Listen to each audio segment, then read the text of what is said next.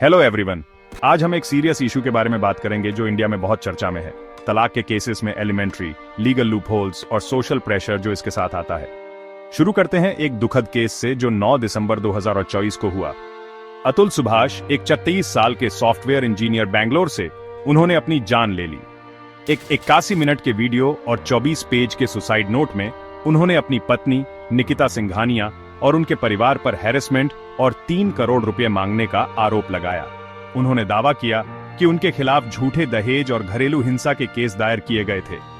इस दिल दहला देने वाले केस ने इंडियन जुडिशियरी सिस्टम में पुरुषों के अधिकारों पर एक बड़ी बहस छेड़ दी है। सुप्रीम कोर्ट ने परमानेंट एलिमेंट्री तय करते समय ध्यान रखने योग्य 8 बातें बताईं, जैसे इनकम, प्रॉपर्टी, शादी की अवधि और बच्चों की देखभाल की जिम्मेदारियां। लेकिन याद रखें, ये सिर्फ गाइडलाइंस हैं, फिक्स्ड रूल्स नहीं। अब बात करते हैं लीगल लूपहोल्स और सोशल प्रेशर की। सबसे पहले आईपीसी की धारा 491 का गलत इस्तेमाल, जो दहेज उत्पीड़न कानून है।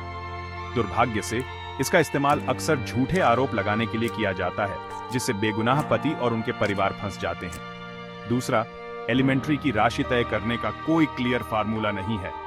अलग अलग कोर्ट अलग अलग फैसले देते हैं, जिससे अन्याय की भावना पैदा होती है।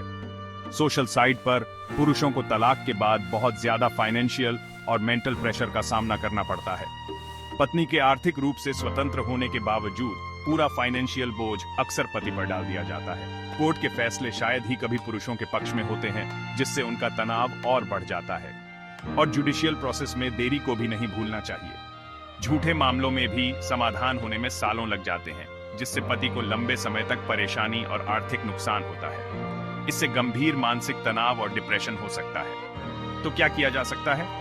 धारा 491 से आईपीसी और घरेलू हिंसा अधिनियम जैसे कानूनों को जेंडर न्यूट्रल बनाना बहुत जरूरी है। झूठे केस दर्ज करने के लिए सख्त सजा होनी चाहिए।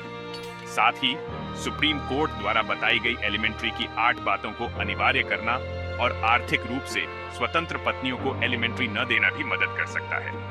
तलाक और एलिमेंट्री के मुद्दों पर पब्लिक अवेयरनेस कैंपेन, साथ ही पुरुषों के अधिकारों के लिए काम करने वाले संगठनों का समर्थन बहुत जरूरी है। अंत में, अतुल सुभाष जैसे मामले मौजूदा कानूनों और सामाजिक मानदंडों में बदलाव की जरूरत को उजागर करते हैं।